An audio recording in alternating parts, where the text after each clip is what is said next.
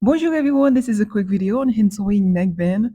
I don't know who will need this because not many people hand sew stretchy fabrics, but just in case, it's here. So this is a t-shirt that someone was gonna throw away and I took it and decided to just make a crop t-shirt out of it so I can create a neckband or neckline to show you how to hand sew a neckband. So this is what I have. This is my neckline that I created and I fold it in half.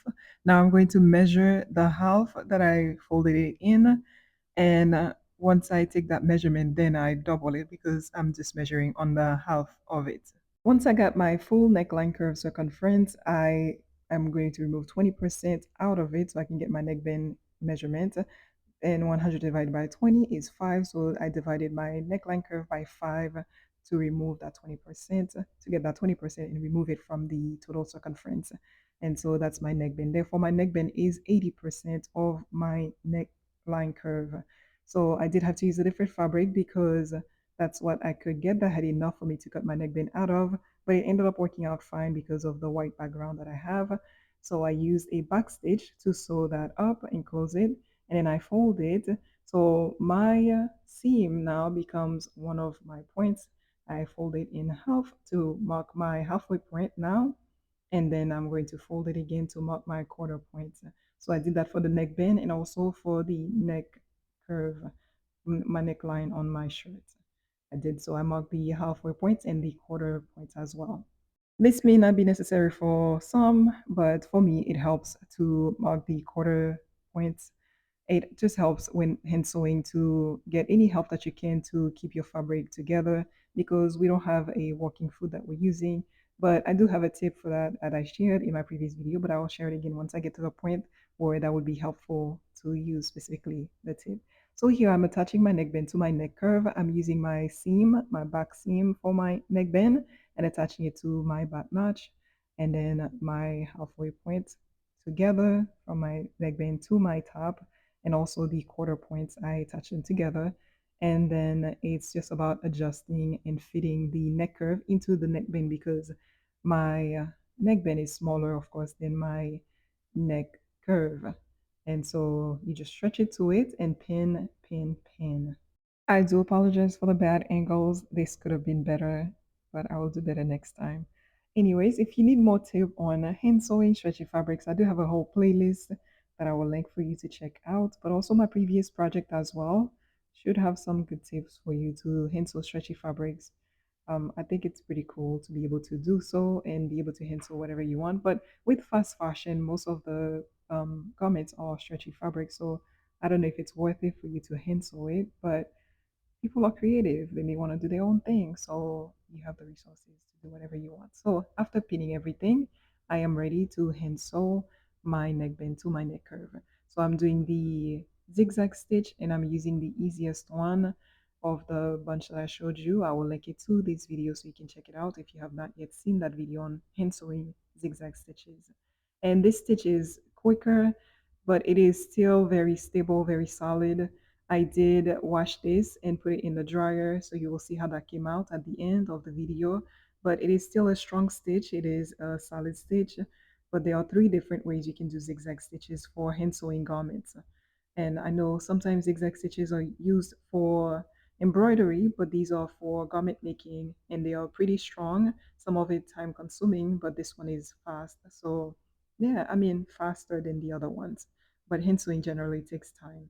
In my previous video, I did share how you would prevent your fabric from overstretching when you are hand sewing stretchy fabric, and that's by using the basting stitch.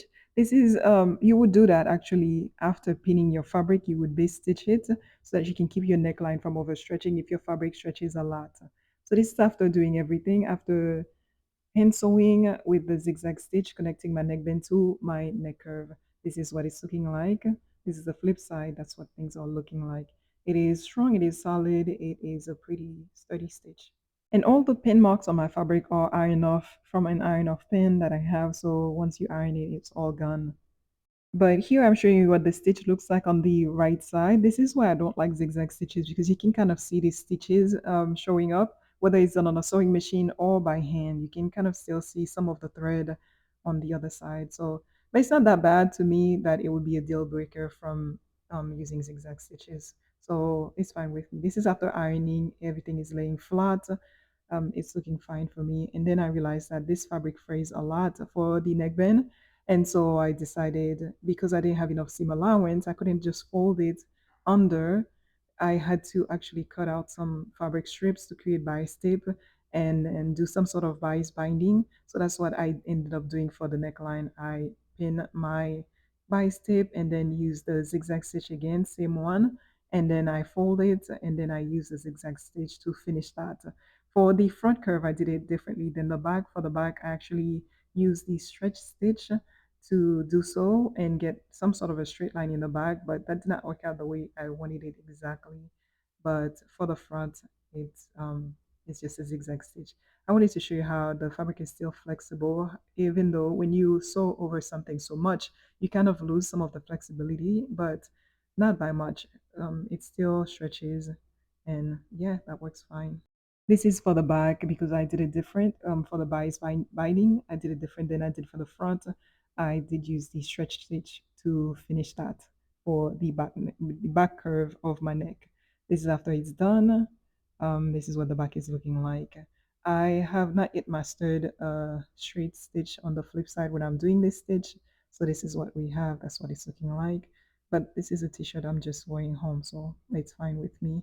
Maybe one day I'll master it. It's not that hard to master it once if you actually draw your line that you're sewing on before sewing. That's really the key to getting it straight.